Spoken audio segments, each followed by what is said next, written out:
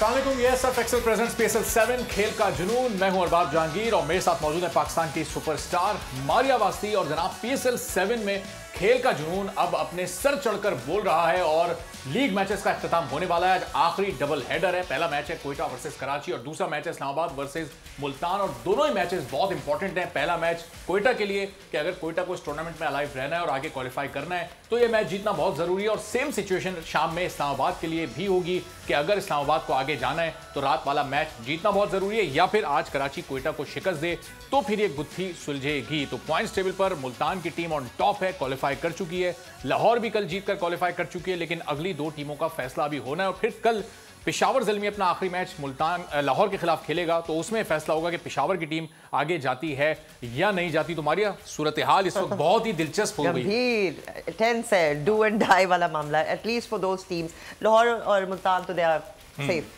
वो तो safe, but Karachi is also safe. Karachi भी सेफ है कि वापस आने फैसला हो चुका है। फैसला हो चुका है, बस अब नाउ वी हैव टू सी कि जी ये वही मैं पेशावर, कल बात कर रहे थे ना इस्लामाबाद और कोयटा, इन तीनों में से दो को आगे जाना और एक को घर जाना है। फैसला कल आखिरी मैच में ही होगा, मुझे ऐसा लग रहा है। हाँ बिल्कुल। अच्छा जी, क्या हेड टू हेड पर आएंगे हम? आज कोयटा और कराची का मैच है तो देख लेते हैं कि हेड टू हेड इनकी क्या सूरत हाल है। फिर सवाल की तरफ भी अपने जाएंगे। ये हेड टू हेड सिचुएशन है जनाब। 13 मैचेस दोनों ने खेल रखे हैं। 8 कोयटा ने जीते हैं, कराची ने 5। अच्छा हाँ, मैक्स स्कोर भी तकरीबन बराबर है और मिनिमम भी। और बज़ाहिर स्टेट वाइज कोयटा का पल्ला भारी है, लेकिन वो जैसे जावेद भाई कहते हैं कि जी ये तो गुजरा हुआ है, अब आप इस पर ना तवज्जो दें। आज जो होना है, जो करना है, उस पर आपकी तवज्जो पूरी होनी चाहिए। तो बिल्कुल, यानी कि कराची इस वक्त कोयटा की किस्मत बदल सकता है। हाँ, कराची कोयटा को रोक सकता है, जबकि आउट है, लेकिन वो है सिर्फ कोयटा की नहीं, इस्लामाबाद की बदल सकता है। क्योंकि अगर कोयटा हार जाता है तो ऑटोमेटिकली इस्लामाबाद क्वालिफाई कर जाएगा, और अगर कोयटा जीतता है तो फिर इस्लामाबाद के लिए मुश्किल हो जाएगी। तो दो शहरों की किस्मत इस वक्त कराची के हाथ में आप देंगे। टूर्नामेंट से आउट है, लेकिन इंपॉर्टेंस है अपनी जगह पर। कराची के हाथ में पूरी पाकिस्तान की किस्मत होती है। तो इस्लामाबाद से लेके और वो कोयटा तक इस वक्त सूरत हाल कराची के हाथ में है। तो ये मैच अब ऐसा लग रहा है कि बड़ा दिलचस्प होने वाला है। कोयटा की टीम को न सिर्फ जीतना है बल्कि बड़े मार्जिन से जीतना है। तो जरा सवाल की तरफ आज के चलते हैं कि आज का सवाल क्या है, जिसका जवाब देकर आप लोग जावेद भाई का सिग्नेचर बैट भी हासिल कर सकते हैं। कुछ ही देर में जावेद भाई में ज्वाइन करेंगे तो उनसे भी फिर इस मैच पर और ओवरऑल PSL पर बातचीत करेंगे। तो हमारी आज का सवाल, हाँ, आज का सवाल है जी, PSL की तारीख में तेज तरीन सेंचुरी बनाने का एजाज किस खिलाड़ी के पास है? तेज तरीन सेंचुरी किसने बनाई? आपकी ऑप्शंस हैं A Sharjeel Khan, B Colin Ingram, C Rilee Rossouw and D Fakhar Zaman. तो आप सही जवाब दें और जावेद साहब का साइन शुदा बैट जो है वो आपको मिलेगा। ये जनाब सवाल है। एक सेंचुरी कल भी PSL में बनी जिसके जरिए लाहौर ने मैच जीता। हैरी ब्रूक ने बड़े शानदार सिर्फ 49 बॉल्स पर उस सेंचुरी की, और वो भी एक फास्टेस्ट सेंचुरी है, लेकिन वो सबसे ज्यादा फास्टेस्ट नहीं है। फास्टेस्ट इन चारों में से किसी एक ने बनाई है। तो बहरहाल लाहौर की टीम बड़ी फॉर्म में, इस वक्त मुल्तान की टीम तो बिल्कुल एक अनबीटेबल साइड बनी हुई है। सिर्फ एक मैच वो भी लाहौर से हारी है। अब देखना है कि शाम वाले मैच में वो किस तरह टफ फाइट देते हैं। और अभी सरफराज का बड़ा इम्तिहान होगा, क्योंकि पिछले मैच में हमने देखा बहुत कूल काम वो नजर आए, उन्होंने अपने बिहेवियर को चेंज किया, लेकिन वो टीम की किस्मत नहीं बदल सकी, टीम फिर भी मैच हार गई। हाँ, लेकिन क्योंकि टीम को एकदम से यकीन नहीं आया कि ये इसके पीछे कोई क्या है एक्सप्रेशन। मिलाज डांट नहीं रहे या ही स्कूल, तो क्या, आई थिंक वो इसलिए कंफ्यूज हो गए कि ये हुआ क्या है। आई थिंक दैट इज, अब इस जाहिर है इसी कूल और कामनेस को सरफराज को कंटिन्यू रखना होगा, लेकिन फिर जब ग्राउंड में आते हैं, पिच पर आते हैं, तो उस वक्त भी उन्हें परफॉर्म करना है, क्योंकि परफॉर्मेंस में कुछ वो लैग कर रहे हैं और कुछ उनके साथ, उनकी टीम के साथ इश्यूज भी बहुत ज़्यादा हैं। कंट्रोवर्सी कल हुई जो कि ज़ाहिर ना होती तो बेहतर होता। फिर बहुत सारे टीम के मसाइल उनके साथ रहे, खिलाड़ी उनके अनफिट होकर जाते रहे। पहले हसनैन पर पाबंदी लग गई, फिर नवाज चले गए, शाहिद आफरीदी चले गए, जिनको सब बहुत ज़्यादा मिस कर रहे हैं। उनकी आखिरी PSL भी थी, तो वो मोरल भी थोड़ा सा डाउन होता है। और जो कल जिन खिलाड़ी की बात कर रहे थे, उनके जाने से आपको क्या लगता है कि एज अ प्लेयर क्या इम्पैक्ट होगा? अच्छे ऑलराउंडर यूटिलिटी प्लेयर थे, लेकिन कंट्रोवर्शियल प्लेयर थे। उनकी एक तारीख रही है, वो सिर्फ इस लीग में ही नहीं बल्कि बहुत सारी और लीग्स में भी उनको इस तरह के डिसिप्लिन के इश्यूज रहे। नहीं, but as a team member team को से इस वक्त उनके जाने से क्या असर हो सकता है? नुकसान, क्योंकि एक तो ज़ाहिर ऑस्ट्रेलियन प्लेयर्स बड़े अच्छे होते हैं, अच्छे ऑलराउंडर थे, बैटिंग भी करते थे, बॉलिंग भी करते थे और मिडिल ओवर्स में आके विकेटें भी लेते थे। अब जाहिर है वो नहीं है, तो उनकी जगह कोई आपको लोकल प्लेयर या कोई और ओवरसीज प्लेयर वो खिलाना पड़ेगा जिसको आप पहले नहीं खिला रहे थे। तो एक फ़र्क तो पड़ेगा। और इस तरह के इशूज़ शुरू से ही कोयटा के साथ रहे कि बड़े बड़े प्लेयर्स टूर्नामेंट से आउट होते रहे, और शायद इसीलिए वो पॉइंट्स टेबल पर भी इस वक्त खासे नीचे हैं। क्योंकि आपकी जो भी टीम बनी होती है उसकी आपस में भी एक होती है ना कि जी these players are playing together, या एकदम से कोई चेंज हो जाए तो ऑब्वियसली प्लेइंग में भी तो कोई ना कोई फर्क पड़ता ही होगा ना। लेकिन अब कराची पिछला मैच जीता हुआ आप देखें, अभी तक कराची ने जितने मैचेस खेले थे हमेशा बात होती थी कि पिछले मैचेस कराची ने हारे हैं। पहला मैच कराची ऐसा खेल रहा है कि पिछला मैच जीता है, उससे पहले 8 हारे हैं। तो कराची को भी एक मोमेंटम बहरहाल एक मिला है। जब पिछला गेम आप जीत कर आते हैं, कॉन्फिडेंस आपका स्काई हाई होता है। और लाहौर जैसी टीम को हराया और बड़े कम स्कोर पर 150 करके उन्हें 125 लेकिन स्कोर कितना था लाहौर ने जो कराची ने 150 समथिंग किए, 149 किए थे। हाँ। और 127 पर उन्होंने आउट कर दिया लाहौर को। तो बहुत अच्छा रिस्ट्रिक्ट किया कि बड़ा स्कोर नहीं करने दिया, खुद भी बड़ा स्कोर नहीं बनाया, उनको भी नहीं करने दिया। तो कराची की टीम फॉर्म में कुछ थोड़ा वापस आई है। वो जब बैटिंग थोड़ी सी देर हो गई है, बहुत देर हो गई, तो वापस ही आना है उन्हें कराची। और कल भी हमने जाते जाते वो क्रिस गेल का एक ट्वीट हमने दिखाया था। जनाब अब क्रिस गेल ने ऐलान किया है कि वो अगले PSL में कराची किंग्स के कोच होंगे। तो वो उन्होंने तंज किया था असल में कि अब मुझे ही आना पड़ेगा कराची किंग्स की परफॉर्मेंस को चेंज करने के लिए। क्रिस गेल इससे पहले कराची के लिए एक सीज़न खेल चुके हैं और वो बहुत ही ख़राब सीज़न उनके लिए गया था। कराची किंग्स में आकर वो ऐसा लग रहा था कि बस उनसे एक चौका नहीं लग रहा था, एक छक्का नहीं लग रहा था, वरना वो यूनिवर्स बॉस हैं और छक्के चौके मारने के लिए मशहूर हैं। भाई जब बॉस है तो उनकी मर्जी है, खेले ना खेले, जैसे किंग्स हैं तो मर्जी है, खेले ना खेले। भाई तो आप देखें कि ये वो ट्वीट आ गया कि अब ये कह रहे हैं कि जनाब मैं अगले सीज़न में कराची किंग्स का हेड कोच हूँगा। अब ये टॉन्ट कर रहे हैं ज़ाहिर कराची को, और अब कह रहे हैं कि इसमें कोई शक नहीं होना चाहिए। ये हिंट भी हो कि भाई ये भी हो सकता है, और ये इशारा, हाँ जाहिर है अब इसको अगर सलमान इकबाल कैच करें और इनसे बात करें तो। लेकिन अभी तक इनका कोई कोचिंग एक्सपीरियंस है नहीं, अभी तो एज प्लेयर खेल रहे हैं। और ये BPL बांग्लादेश प्रीमियर लीग में अभी भी ये खेला है। और तो अगर कोचिंग एक्सपीरियंस नहीं है तो वो शायद ये कह रहे हो देखो मेरा कोई एक्सपीरियंस नहीं है इसलिए मैं आपको कोच कर सकता हूं। मैं कर सकता हूं, बिल्कुल जाहिर है। और जाहिर है इस तरह के प्लेयर्स जो कि बहुत एग्रेसिव माइंडसेट रखते हैं बैटिंग करते हुए, तो वो उसी एग्रेसिव माइंडसेट को वो अपने प्लेयर्स में भी फिर ट्रांसलेट कर सकते हैं। तो फिर जाहिर है बाबर आजम और जो दूसरे यंग प्लेयर्स हैं, लड़ाई ना हो जाए फिर। If you are hot headed, captain has to be cool, अगर चलें जनाब। तो बहुत ही ख़ास मेहमान आज हमारे साथ मौजूद हैं और उनको तारुफ क्या कराए जनाब, किसी तारुफ के मोहताज नहीं है। उनकी तारीफ़ करना किसी सूरज को आप समझेंगे चिराग दिखाने के मुतरादिफ है। और जब क्रिकेट की बात होती है, उसकी मालूमात की बात होती है, उस पर तबसरो तज्जियो की बात होती है, तो मेरे और आप सबके बहुत ही पसंदीदा, और मैं तो ये कहता हूँ कि गूगल भी क्रिकेट के मामले में उनसे बहुत पीछे दिखाई देता है। तो हम सबके बहुत पसंदीदा मिर्ज़ा इकबाल बेग साहब हमारे साथ मौजूद हैं। मिर्ज़ा साहब अस्सलाम वालेकुम। वालेकुम अस्सलाम। इतने उम्दा तारुफ का बहुत बहुत शुक्रिया अरबाब आपका। नहीं मिर्ज़ा साहब, जनाब आपका तारुफ तो आप किसी तारुफ के मोहताज नहीं है। आपकी तारीफ तो अब उसके लिए अल्फाज नहीं मिलते। अगर तारीफ करना आपकी शुरू हो और आपके बारे में बताना शुरू करें तो ये घंटा तो कम पड़ जाएगा। मिर्ज़ा साहब ये PSL कल से पहले तक तो बहुत ही बेहतरीन अंदाज से चल रही थी। ये एक तो उससे पहले की जो पूरी सूरत हाल थी PSL की, उस पर आपका तबसरा सबसे पहले मिर्ज़ा साहब। फिर कल जो कुछ हुआ वो ज़ाहिर नहीं होना चाहिए था। PCB का जो रिएक्शन आया वो खासा लेट था। क्या बेहतर तरीके से PSL इस पूरी कंट्रोवर्सी को हैंडल कर सकता था मिर्ज़ा साहब? देखिए अरबाब, मुझे तो लगता है कि जेम्स फॉकनर ने ये ड्रामा किया है। जेम्स फॉकनर की पेमेंट PCB कर चुका है। PCB ने वो डॉक्यूमेंट भी रिलीज किया कि जिसमें उन्होंने पेमेंट किया है जेम्स फॉकनर को। लेकिन अगर आप देखें तो उस लिहाज से जेम्स फॉकनर ने एक तुरुप का पत्ता खेला है। वो पहले पैसे ले चुके थे, वो दूसरे बैंक अकाउंट में अपने पैसे जमा कराना चाह रहे थे और फिर बहुत सारे मसाइल थे कि जिसकी वजह से उनके पहले झगड़ा भी हुआ। मुल्तान सुल्तान के खिलाफ मैच नहीं खेलना चाहते थे। 5 स्टार होटल का फानूस उन्होंने तोड़ दिया गुस्से में। फिर इमिग्रेशन हुकाम से जाते हुए उनकी लड़ाई हुई। तो उनका कैरेक्टर है, कैरियर है उनका, वो ऐसे ही है। 2015 में वो इंग्लैंड में खेल रहे थे तो वहां पर वो नशे में गाड़ी चलाते हुए पकड़े गए थे और जेल उनको पुलिस स्टेशन ले जाया गया था। इसी तरीके से दुनिया की दीगर लीग्स में भी जहां 1-2 जगह खेले, बांग्लादेश प्रीमियर लीग, तो वहां पर भी जेम्स फॉकनर का रवैया इतना अच्छा नहीं रहा। शायद यही वजह है कि उन्हें ऑस्ट्रेलियाई क्रिकेट टीम से बाहर कर दिया गया उनके इनडिसिप्लिन होने की वजह से। तो मेरे ख्याल में PCB ने जो उसी वक्त अपने तर्जुमानों के जरिए, जो लोग PCB को के साथ अटैच हैं, हालांकि PCB को ऑफिशियली उसी वक्त प्रेस रिलीज इशू करना चाहिए था। थोड़ी लेट हो गई पाकिस्तान क्रिकेट बोर्ड, लेकिन देर आए दुरुस्त आए। उन्होंने तमाम तर वजूहात बयान किए उस प्रेस रिलीज में और उन्होंने कोयटा ग्लैडिएटर से भी कंसल्ट किया कि आइंदा इस खिलाड़ी को किसी भी टीम में PSL की किसी भी ड्राफ्टिंग में शामिल ना किया जाए, कोई फ्रेंचाइज ना ले।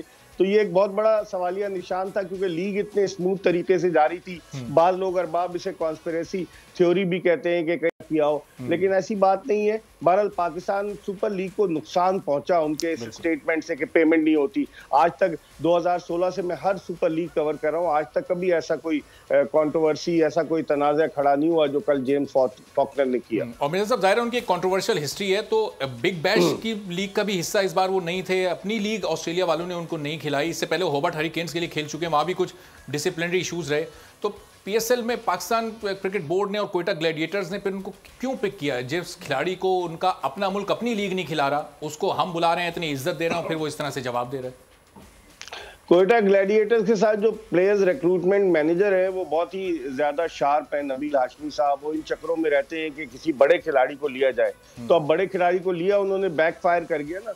इस तरह से नहीं होना चाहिए। पहले उसकी हिस्ट्री भी देखनी चाहिए कि आया माजी उसका कैसा है। अगर माजी में वो तनाज़ात का शिकार रहा है तो बजाय इसके कि उसको रखा जाए, किसी और को रखा जाए। वो समझे बड़ा नाम है, जेम्स फॉकनर जो है बैटिंग भी कर लेते हैं, बॉलिंग भी कर लेते हैं, तो उनको रखा जाए। लेकिन उनको रखने का बजाय फायदे के उल्टा नुकसान ही हुआ कोयटा ग्लैडिएटर्स।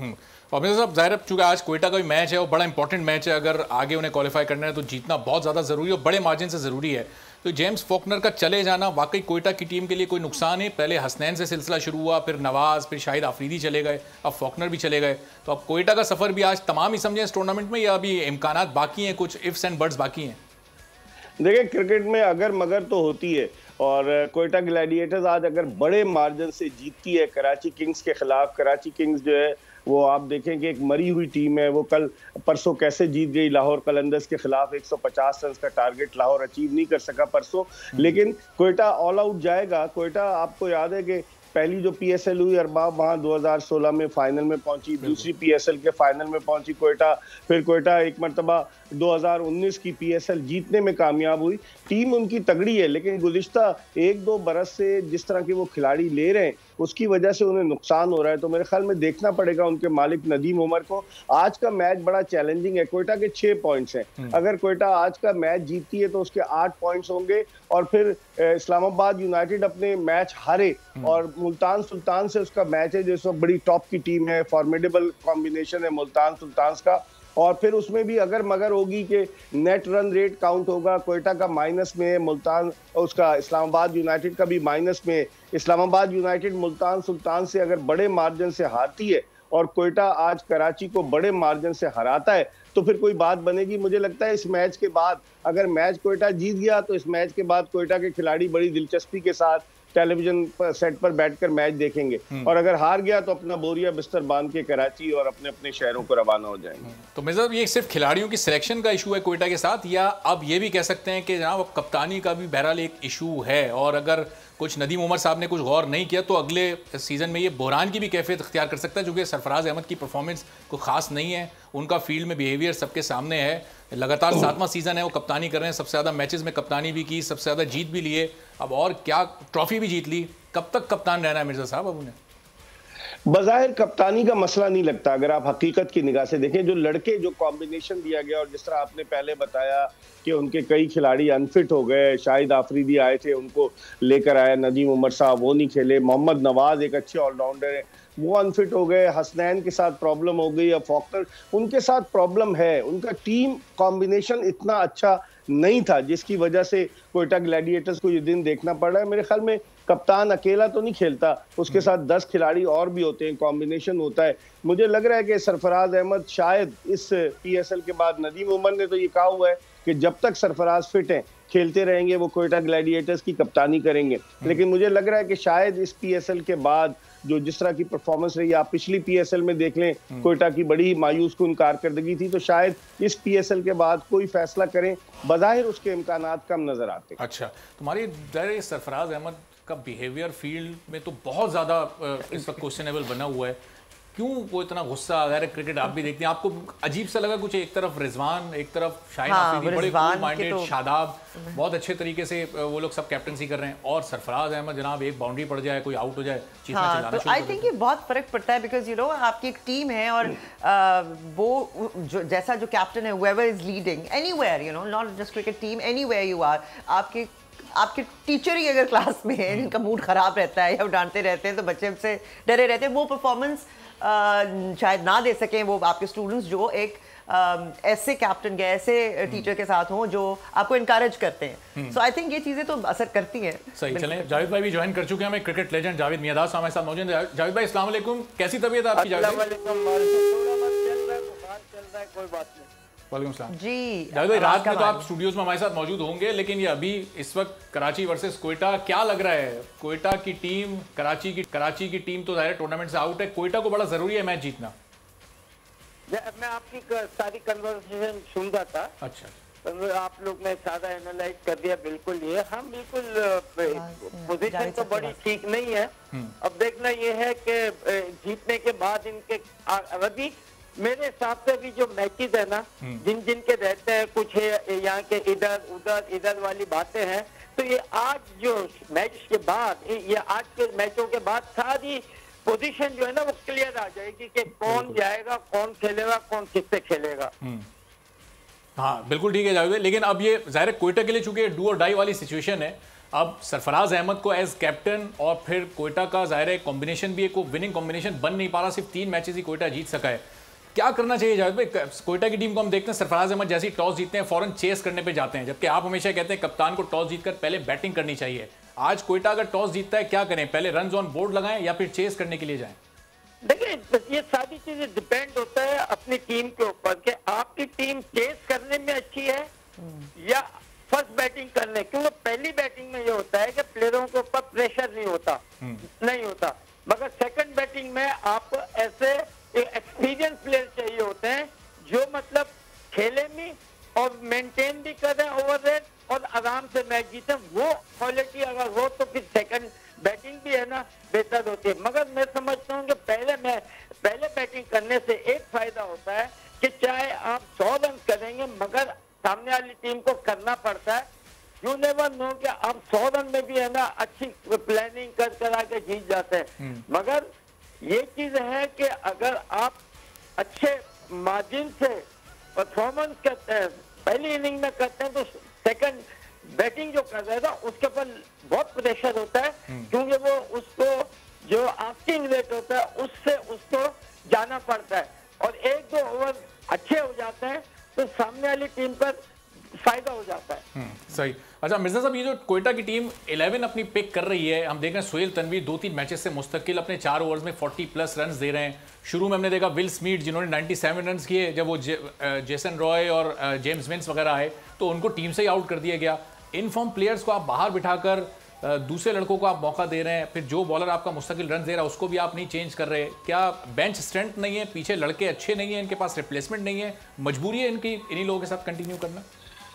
देखिए यार बाप, सेटबैक तो हुआ है कोयटा की टीम को। मैंने बताया ना कि 3-4 प्लेयर्स चले गए, और मैं जावेद भाई की इस बात से 100% इत्तेफाक करूंगा कि पहले अगर बैटिंग करती टीम दबाव पड़ता है। परसों आप देखें ना, लाहौर कलंदर्स की टीम के खिलाफ 149 रन स्कोर हुए, लेकिन उसके बावजूद कराची किंग्स और लाहौर कलंदर्स के मैच में, लेकिन उसके बावजूद जब इब्तिदा में फखर जमान आउट हो गया तो लाहौर कलंदर्स की टीम बैकफुट पर आ गई।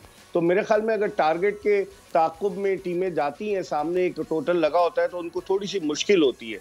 जहां तक आपने बात की कोयटा के कॉम्बिनेशन की, तो कोयटा कॉम्बिनेशन नहीं बना पा रहा। कोयटा के पास कोई क्वालिटी स्पिनर नहीं है। अब आप देखेंगे सुहेल तनवीर का आपने जिक्र किया, दुनिया भर की लीग खेलते हैं, लेकिन मुझे लग रहा है कि उनकी कोई फिटनेस का प्रॉब्लम है, वो उस हिसाब से डिलीवरी नहीं कर पा रहे जैसे उनको करना चाहिए। तो कोयटा के बहुत सारे सेटबैक हैं। नसीम शाह विकेटें लेते हैं, उनमें मुस्तकिल मिजाजी की कमी है। कभी तो 4-5 विकेटें ले लेते हैं और कभी वो बड़े इकोनॉमिकल होते हैं और कभी उनकी इतनी पिटाई होती है। तो कोयटा की बॉलिंग लाइनअप उनके लिए लम्बे फिक्रिया। और विल स्मीथ आपने बात की, 2 मरतबा नर्वस 90s का शिकार हुए हैं इस HBL PSL में, और वो इंग्लैंड से उनका ताल्लुक है, यंग है। कल आपने शायद एक ट्वीट देखा होगा ऑयन मॉर्गन का, जो इंग्लैंड के कप्तान है, उन्होंने एक तरफ विल स्मीथ की तस्वीर लगाई है, एक तरफ जो उनके कल बैट्समैन जिन्होंने सेंचुरी स्कोर की, ब्रुक की तस्वीर लगाई है, हैरी ब्रुक की, और उन्होंने कहा इन दोनों का हम इंतजार कर रहे हैं। यानी कि T20 वर्ल्ड कप इस साल हो रहा है, तो हमारे प्लेयरों के बजाय इंग्लिश खिलाड़ियों को ज्यादा फायदा हो रहा है। आप देखें ना, 48 में से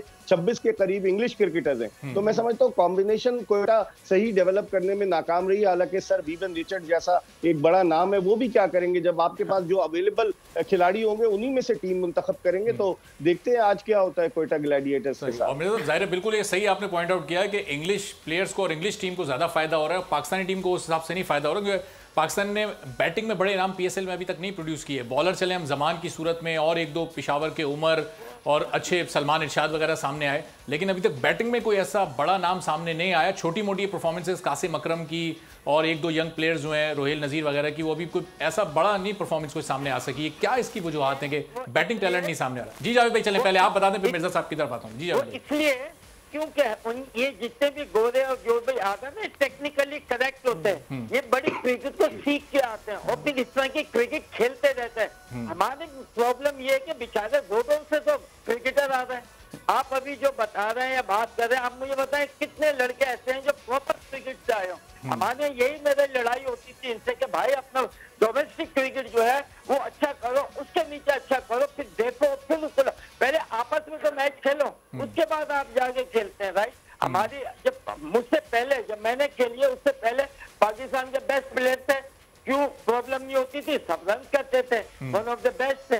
तो अभी जो प्रॉब्लम यही हो रही है कि दुनिया अच्छी हो रही है, हम नहीं हो रहे, हम अभी भी विकेटों पे ज्यादा होते हैं। हल्की विकेट बना दो, ये बना दो, गोरे ये लोग जो है ना, एक विकेट जो बनती है उनकी दोनों टीम के लिए बनती है, वो कभी भी एडवांटेज वाली विकेट नहीं बनाते, क्योंकि दे बिलीव कि ठीक है हम परफॉर्म अच्छा करेंगे तो जीतेंगे।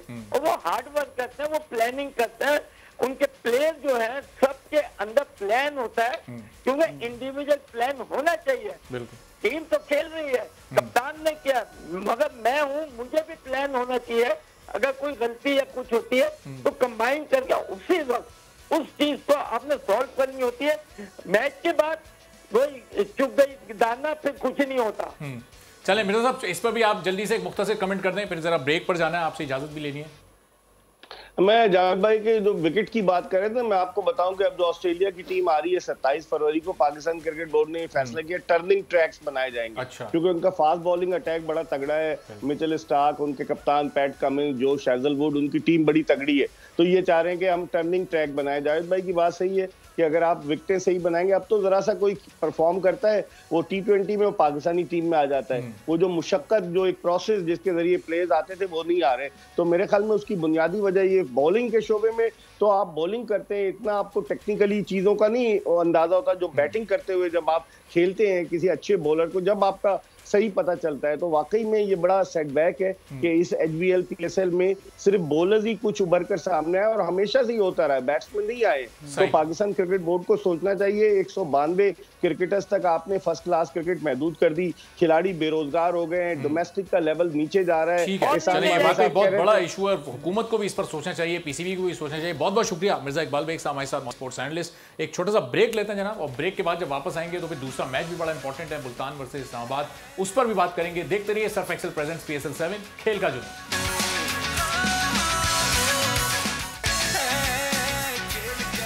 Welcome back in Surf Excel presents PSL 7 खेल का जुनून। और जनाब, इस खेल से मोहब्बत करने वाले लोग बहुत ज्यादा हैं। हमारी ज़ाहिर है जब हम प्रोग्राम भी कर रहे होते हैं बहुत ज्यादा कॉल्स आ रही होती हैं, लेकिन चूंकि वक्त की भी थोड़ी कमी होती है और फिर मेहमान भी कुछ हमारे साथ होते हैं, जावेद भाई भी साथ होते हैं, तो बहुत सारे कॉल हम नहीं ले पाते। For that we are sorry. हाँ, अब ज़ाहिर आपसे माज़रत ख़्वाह है, लेकिन ये प्रोग्राम आप ही लोगों के लिए और आप ही लोगों की वजह से मकबूल है। और अब हमने फैसला किया कि कोई ब्रेक से पहले हम कॉल्स नहीं ले सके, चूंकि मिर्जा साहब मौजूद थे, जावेद भाई मौजूद थे। अब ब्रेक के बाद इस सेगमेंट में हम बहुत ज़्यादा कॉल्स लेंगे, मैक्सिमम कॉल्स लेने की कोशिश करेंगे, तो आप लोग कॉल्स कीजिए। और हमारी एक कॉलर भी मेरे साथ गालिबन आपके साथ मौजूद है, लाहौर से कोई कॉल है? लाहौर से कोई कॉल है? अरशद साहब है लाहौर से। जी लाहौर से। जी हेलो जी, अस्सलाम वालेकुम। वालेकुम अस्सलाम। जी हेलो, आपको आवाज आ रही है? जी मुझे आवाज आ रही है आपकी, लेकिन थोड़ी काट काट के आ रही है। अच्छा, कनेक्शन में कुछ प्रॉब्लम है। आपने सवाल सुना? मेरा सवाल का जवाब है जी, राय रोसो ने बनाई थी ये 43 बॉल पे ना 100 की थी 2 साल पहले। अच्छा ओके, रोसो ने जी। और सर आपका प्रोग्राम भी बहुत अच्छा है, और माशाल्लाह जी मेरी सेकंड टाइम कॉल मिली है, और मुझे यकीन हो गया कि जो भी कॉल्स मिलती हैं वो जेन्युइन होती हैं। हाँ नहीं, बिल्कुल जेन्युइन होती हैं, क्योंकि ब्रेक में हमने कुछ कॉलर से बात की, वो बड़ा शिकवा कर रहे थे कि उनकी कॉल नहीं मिल पाती। आपके जानने वालों की मिलती हैं, लेकिन ऐसा नहीं है जी। लेकिन आपकी 2 बार कॉल मिल गई अरशद साहब, लाहौर से आपने कॉल की, और आज लाहौर का मैच भी, उसके बारे में क्या लाहौर की टीम की परफॉर्मेंस तो अल्हम्दुलिल्लाह रात की पर हम फिर छा जाएंगे। परसों तो हमने कराची वालों का दिल रखा था ना, मेहमान थे हमारे। सही है, लेकिन लाहौर है। चले ठीक है, बहुत बहुत शुक्रिया आशिष साहब, आपका जवाब भी आ गया। रायली रूसो आपने जवाब दिया और बताया कि 43 बॉल्स पर उन्होंने सेंचुरी बनाई थी। अब कुछ और भी कॉल्स लेंगे ज़ाहिर है लोगों की, ताकि लोगों का ये शिकवा दूर हो सके। बहुत सारे लोग ये समझते हैं कि प्रोग्राम में कोई फेक कॉल्स आ रही होती है, लेकिन देखें अभी अरशद साहब ने क्लियर कर दिया कि जेन्युइन कॉल इतनी ज़्यादा होती हैं कि ज़ाहिर है सबको लेना मुमकिन नहीं होता और हर एक से आप डिटेल से बात भी नहीं कर सकते, क्योंकि फिर मेहमान भी साथ मौजूद होते हैं, जावेद भाई भी साथ हैं और जाहिर है क्योंकि PSL है ही क्रिकेट का, तो क्रिकेट से मुतालिक बात करना बहुत ज़्यादा ज़रूरी है। मैं तो समझती थी कि मुझे like being a part of this, जब मुझे कहा कि जी क्रिकेट का शो, मैं तो बस पता चल गया कि कौन सी यार स्टेडियम में गए, मैच देख लिया, तालियां बजा ली, कुछ समझ नहीं आती थी। But being here actually now I understand, और ख़ासतौर पे जावेद साहब के साथ बैठ के मुझे वाकई एक इंटरेस्ट भी पैदा हो गया है। और अब जब when I watch the match तो मुझे चीज़ें समझ आने लगी, तो इंटरेस्ट ज़्यादा डेवलप हो गया। और PSL तो एक ऐसी एंटरटेनमेंट है जिसमें आप देखें कि सारी इंडस्ट्रीज ही उसमें, शोबिज भी है, एक्टर्स और सिंगर्स वगैरह किस तरह देखें, इसका गाना जिस तरह एंथम रिलीज होता है उसमें सारे सिंगर्स होते हैं, मॉडल्स होते हैं, एक्टर्स होते हैं, सारे होते हैं, एवरीबॉडी वॉचेस, लेकिन समझ के साथ देखना इज अनदर थिंग। पहले तो हम हल्ला गुल्ला के लिए तो पहुंच जाते थे, बट नाउ अब मुझे उसकी टेक्निकलिटी भी समझ आनी शुरू होगी, तो I find it more interesting. ये कॉलेज है हमारे पास साहिवाल से, क्या काशिफ की कॉल है? जी हेलो काशिफ, ज़्यादा देर इंतजार नहीं कर सके। हाँ जनाब, जब कॉल मिलाएं तो थोड़ी देर इंतजार भी करें, बस थोड़े से इंतजार के बाद हम आप तक आ जाते हैं। लेकिन अब कॉलर भी सोचते हैं कि बस मेरी कॉल मिल गई, अगले सेकंड मुझसे बात कर लो फौरन से। हाँ तो अब चलें जरा काशिफ, जब तक दोबारा कॉल मिलाते हैं जावेद साहब के बाद दोबारा चलते हैं। जावेद भाई, अब ये कोयटा वर्सेस कराची तो हमने बहुत काफ़ी बात कर ली, अब ये जो शाम में मैच है वो है मुल्तान वर्सेस इस्लामाबाद का।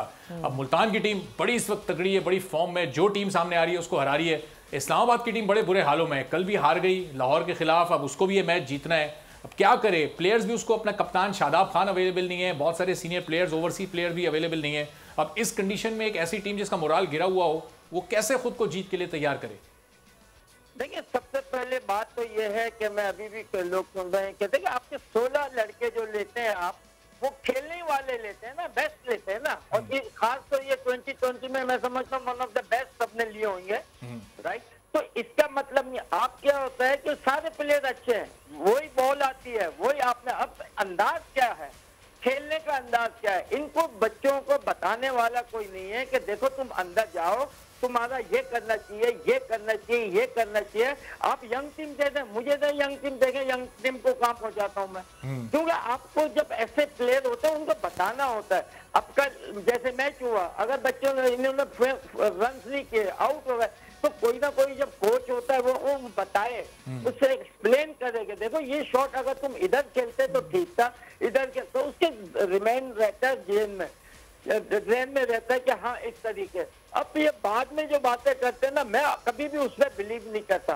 और प्लेयरों को मैं ये कहूंगा कि आप अपनी गलतियां खुद निकालो और नेट में जाके खुद बॉल करो, बैटिंग करो और उसकी मूवी बनाओ, यानी कि अपना इंटरेस्ट पैदा करो, because cricket is a professional.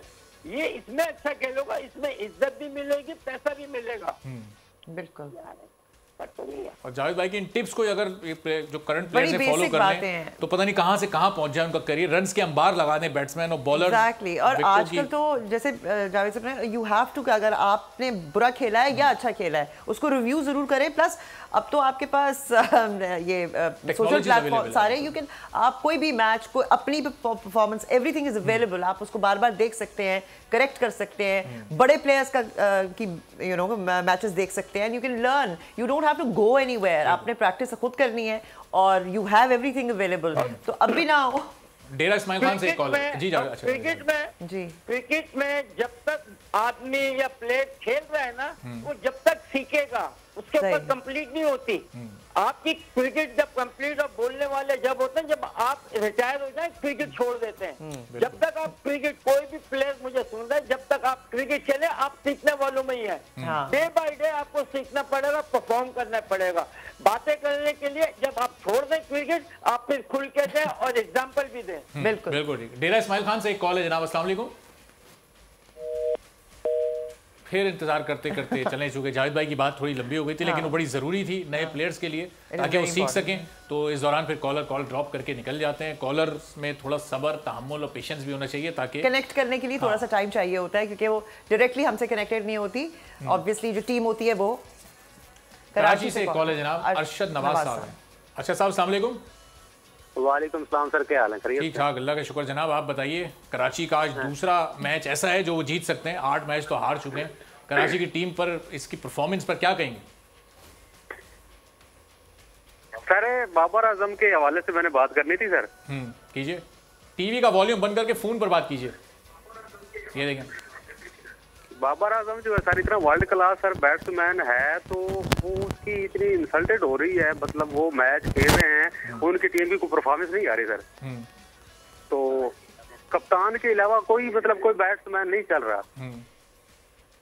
तो क्या पैगाम देंगे आप? आपको क्या लगता है कि क्या करना चाहिए?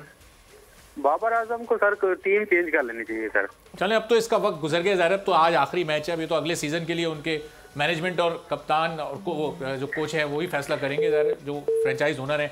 बहुत बहुत शुक्रिया अरशद नवाज साहब। और कॉलर्स जो भी कॉल करें वो टीवी का वॉल्यूम बंद करके फ़ोन पर बात करें, वो अपनी आवाज़ सुनने के चक्कर में फिर यहाँ बहुत ज़्यादा टाइम ज़ाया हो जाता है। तो जाहिद भाई ये कह रहे हैं कि बाबर आजम को अपनी टीम चेंज करनी चाहिए, यानी कराची किंग्स में अब अगले सीजन के लिए बड़ी तब्दीलियाँ होनी चाहिए। तो आप समझते हैं कि वाकई ऐसा होना चाहिए, कप्तान आगे बाबर आजम को ही रखें या उनको भी चेंज कर दें, और फिर टीम में भी काफ़ी तब्दीलियां जो इस वक्त खिलाड़ी हैं इनको बाहर करके ज़रा कुछ दूसरे नए खिलाड़ियों को लाना चाहिए? देखिए ये जरूरी नहीं है। एक चीज और मैं बता दूं, अगर आप बैट्समैन है, आप है और कोई रन नहीं करता, आप कर रहे हैं तो आपका तो आप तो ऊपर ही जाएंगे ना। हर प्लेयर प्रोफेशनल है, पैसे ले रहा है, तो इसमें यही होता है कि टीम के ऊपर क्या मतलब दूसरी टीम में चले जाएंगे, आपको चांस ही नहीं मिलेगा।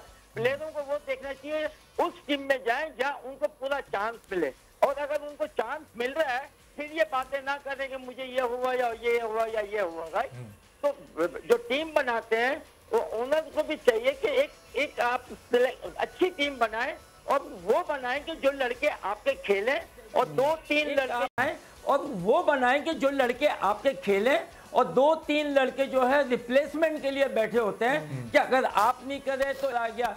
14 की टीम होती है, 11 खेलते हैं, 12, 13, 14, ये 3 लड़के आपको ऐसे लेने पड़ते हैं, बैट्समैन, बॉलिंग और ऑलराउंडर। तो कोई भी ऑलराउंडर टीम में फेल होगा मैच में तो आपके पास है। अगर एक बैट्समैन ओपनिंग वो नहीं तो वो भी है आपके पास। अगर आपके पास एक मिडिल ऑर्डर है तो वो भी। तो जब आप 3-4 लड़के जो आपको एक्स्ट्रा मिलते हैं उसमें आपने बनाना होता है, तो 11 के लड़कों की पहले टीम बनाए, उसके बाद आप देखें, आपको खुद ही पता चलेगा हाँ इनकी रिप्लेसमेंट जो है वो 12, 13, 14 आ जाती है। बिल्कुल सही। और एक और भी बड़ा इशू है, ब्रेक से पहले इस सवाल मैं आपके पास छोड़ के जा रहा हूं, फिर वापस आकर इसका जवाब लेंगे। ये जो ओवरसीज प्लेयर हैं ये दरमियान में छोड़कर जा रहे हैं, ये कॉन्ट्रैक्ट में ऐसी कोई क्लॉज होनी चाहिए कि इनको पाबंद किया जाए कि जी प्ले ऑफ से पहले या फाइनल से पहले आप अपनी टीम्स को नहीं छोड़कर जाएंगे, और फिर शुरू में टीम जीत जाती है, जैसे इस्लामाबाद के साथ हो रहा है, उनके ओवरसीज प्लेयर वापस जा चुके हैं, तो फिर बाद में टीम को बड़ा नुकसान होता है। इस सवाल का जवाब लेंगे जावेद भाई से एक छोटे से ब्रेक के बाद।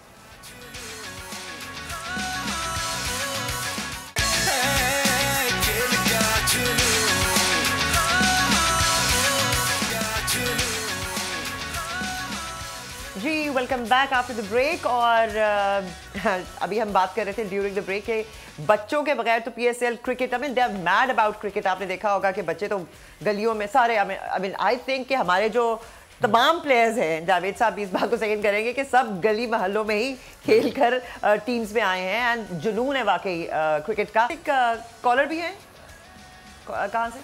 अब्बू जर हैं सियालकोट से। जी हेलो। हेलो अबू ज़रा, अस्सलाम वालेकुम, आवाज़ आ रही है आपको?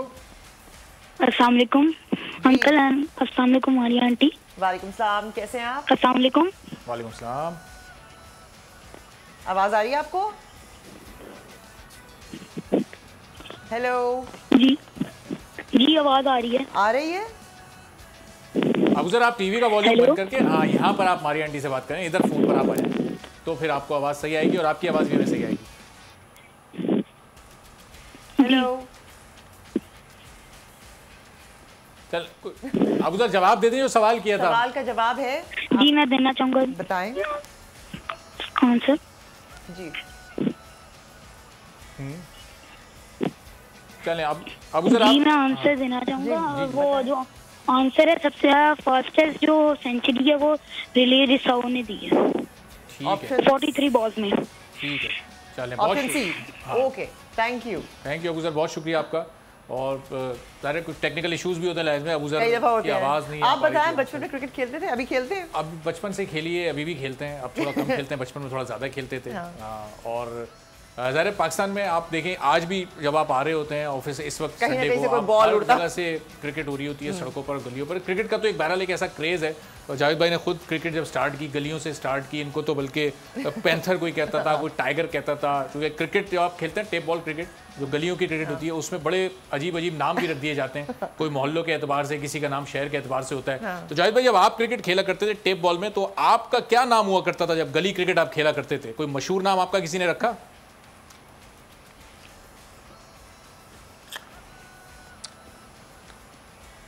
देखिए उस वक्त है ना, हमारे टाइम पे है ना 2-3 किस्म की बॉल होती है। एक रबड़ी कॉक कहते थे कि रबड़ ऊपर होता, अंदर कॉक होती थी, वो बाउंस करती थी। अच्छा, टेनिस बॉल जो है ये इतनी ज़्यादा नहीं थी, मगर ये बाद में ये भी आ गई थी, क्योंकि रमज़ानों में टेनिस क्रिकेट है ना बहुत हर जगह कराची में गलियों में ये जो खेली जाती थी, फजर के ऊपर, फजर पे लोग है ना 2 घंटे 3 घंटे, ये पूरे कराची में इस तरीके से क्रिकेट थी। कराची की क्रिकेट जो है, आप सही कह रहे थे, हम बात कर रहे थे कि यहाँ बताने वाला कोई नहीं है, ऑर्गेनाइज करने वाला नहीं है। यहाँ बच्चे तो गलियों में क्या ऐसी जगह जगह बच्चे खेल रहे हैं, और हैं क्योंकि ये बच्चे जितने भी गरीब वाले जो हैं उनको पढ़ाई ये वो तो बेचारे माँ बाप भेज नहीं सकते, अब वो सब क्रिकेटों में और स्पोर्ट्स में ही लगे, क्योंकि जब वो फोकस कर रहे हैं कि हाँ वो पढ़ा लिखा भी नहीं है मगर आगे देखो उसने क्या बना लिया, लाजिम बात है प्रोफेशनली है। तो ये चीज़ें जब तक हमारे मुल्क में हम लोग, हमारा पीसीबी इस चीज़ पे कि जहाँ जहाँ जगह है वहाँ पर इनफ आप क्रिकेट दे, ताकि आपके लड़के एजुकेशनल भी निकलेंगे, उनको पता भी होगा। अभी सिवाय कराची, लाहौर और 1-2 जगह के अलावा बिल्कुल बड़े शहरों में आपका कोई पता ही नहीं है प्लान क्या है, प्लान बनाते हैं उस। अब देख रहे हैं कि टीम्स का क्या प्लान है। रात का भी डू और डाई मैच है, जरा हेड टू हेड हम देख लेते हैं रात वाले मैच के। और सबसे बड़ी प्रॉब्लम इस्लामाबाद यूनाइटेड, जनाब ये देखें दोनों ने 10 मैचेस खेले और बड़ा इक्वली इनका मुकाबला है, बहुत इवन, दोनों ने 5-5 मैचेस जीत रखे हैं। तो जो टीम आज मैच जीतेगी वो स्टैट्स में भी ऊपर हो जाएगी, और इन स्टैट्स को देखते हुए प्रेडिक्ट करना ही बहुत मुश्किल है। लेकिन इस टूर्नामेंट में ज़ाहिर है मुल्तान बड़ी सुपर फेवरेट है, और इस्लामाबाद की टीम इस वक्त थोड़ी सी ज़रा कमज़ोर दिखाई दे रही है। तो आज के मैच की प्रेडिक्शन आपकी? मुल्तान चलें, इस्लामाबाद के लिए चूंकि डू और डाई है तो ज़रा मैं इस्लामाबाद को सपोर्ट करूँगा ताकि वो आगे पहुँच सकें जीत कर। जावेद भाई, इस्लामाबाद वर्सेस मुल्तान, आपकी क्या प्रेडिक्शन होगी? मुल्तान ऑन टॉप है और इस्लामाबाद थोड़ी ज़रा उसकी हालत इस वक्त कमज़ोर है।